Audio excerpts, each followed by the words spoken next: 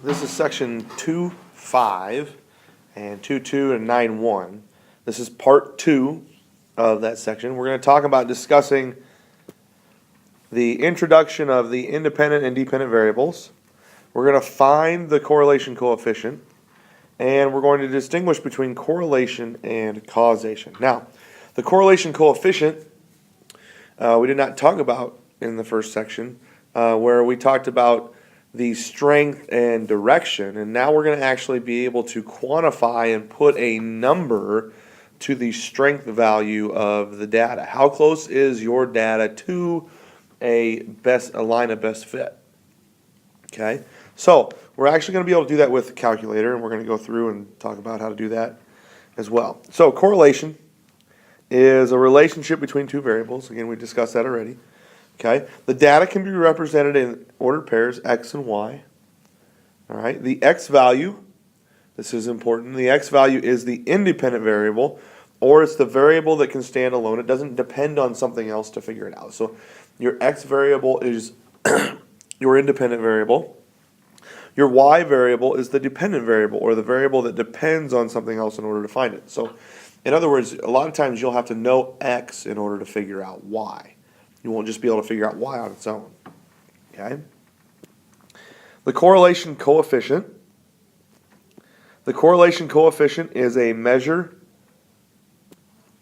of the strength and direction of a linear relationship between two variables.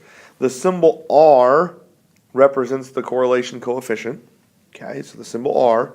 The range of the correlation coefficient is from -1 to +1. So it's going to cover the numbers in between these two, from -1 to +1. Now, as you'll notice here, I've given you 3 examples. It says if R is equal to -1, there is a perfect negative correlation. That means your ordered pairs are going to be in a perfect line going in the negative direction, going down.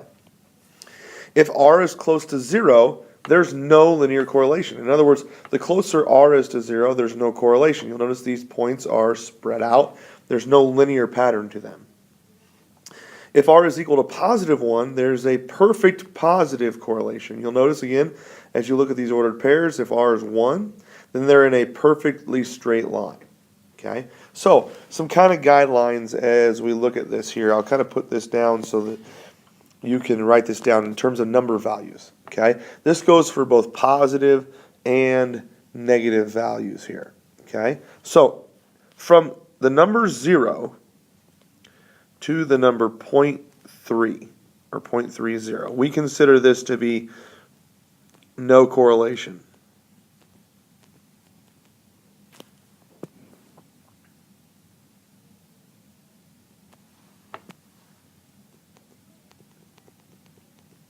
Okay, from 0.31 to 0.75, we consider this to be a weak correlation. 0.31 to 0.75 we consider to be weak, and then from 0.76 to 0.99 we consider this to be a strong correlation. Okay, and then obviously if you have 1.00, this is a perfect correlation. That means it's in a perfectly straight line. Okay, so this kind of gives you an idea of the number values and what that means. Okay, it goes the same for both positive and negative. So from 0 to -0.3, it's no correlation.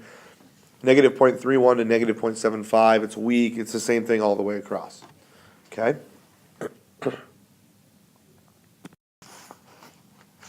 Okay, really quick, you saw the video this morning from class that goes through and shows you how to calculate on the calculator the correlation coefficient, which is R. And these are just the steps on how you do that. It's in your notebook, and I'm not going to cover this right now. You worked with it this morning, and we should be able to take care of this. So this is just the calculator sequence to find the value of R. And now let's go through a couple of examples here. Okay, so it says a teacher wonders if there's a correlation between the number of days a student was absent and that student's semester's grades.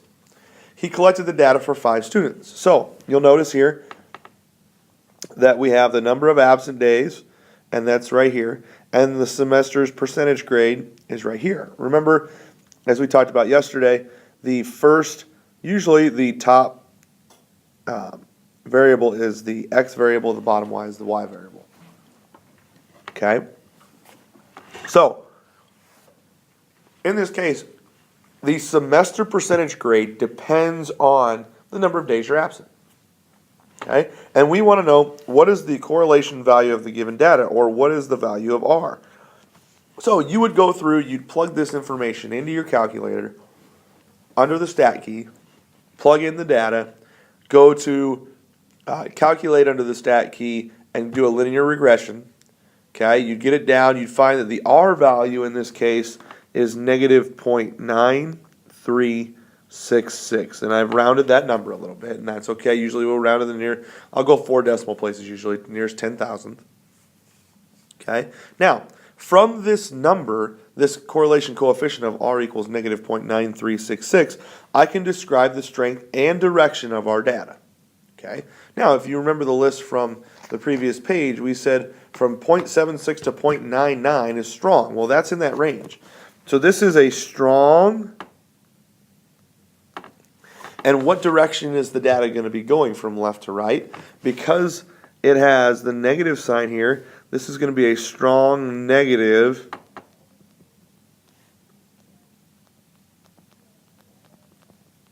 correlation. Okay, now just to give you an idea, a rough sketch of what this would look like in terms of a graph.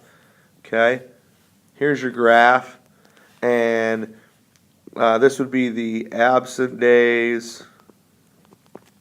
This would be the scores.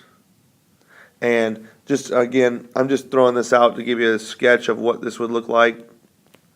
The more days you're absent, the graph would look like that, and you'll notice it's going downward in a negative direction from left to right, or as the absent days increase, these scores are going down. Okay? Now, so that gives you an idea of what that means, and actually putting a number to it in that calculation as to what that correlation coefficient means. Okay? So, let's take a look at the second example here, and notice we've got number of hours online and we've got test scores. Again, as you enter this into your calculator, this would be the X value, that's the Y value. You would put this into your lists. Okay? Then you would go to, again, your stat and calculate a linear regression. When you do that, your regression, R value, the correlation coefficient, is going to be negative 0.9044. Okay? So we've got an R value of negative 0.9044. Again, describe the strength of the data. So you'll notice again, it's in that range between 0.76 and 0.99. So it's strong. And it's also going in the negative direction. So it's a strong negative correlation. Okay? So this set of notes goes through and kind of gives you an idea and shows you how to calculate the correlation coefficient, independent, dependent variable. Okay? We do have one more thing we want to talk about, and if you go to the next page. Last part here is correlation versus causation. Okay? The fact that two variables are strongly correlated does not in itself imply a cause and effect relationship between the variables. For example, just because you may have a strong correlation doesn't mean that one thing causes the other. Okay? So the things that you're asking yourself here is, does X cause Y and does Y cause X?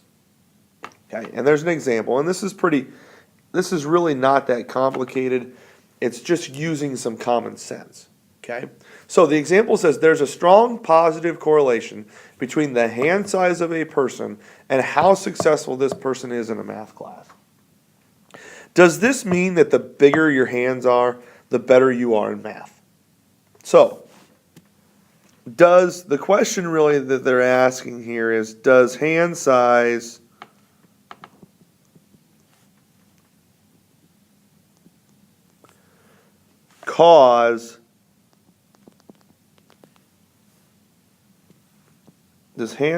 cause math scores to increase or decrease? That's essentially the question that they're asking here by saying that there's a correlation. And in this case, no. That has nothing to do with hand size and how good you are in math. Okay? There is no hand size does not affect math scores. Okay? And math intelligence. So it does not cause it. It might have a strong correlation, but your hand size does not cause your math score. So the bigger your hands are, the math score does not increase. That does not cause that to happen. Okay? So this concludes the part 2 of section 2.5, 2.2, and 9.1 here for the stats unit. Okay? Don't forget to remember to do your WSQ over this section.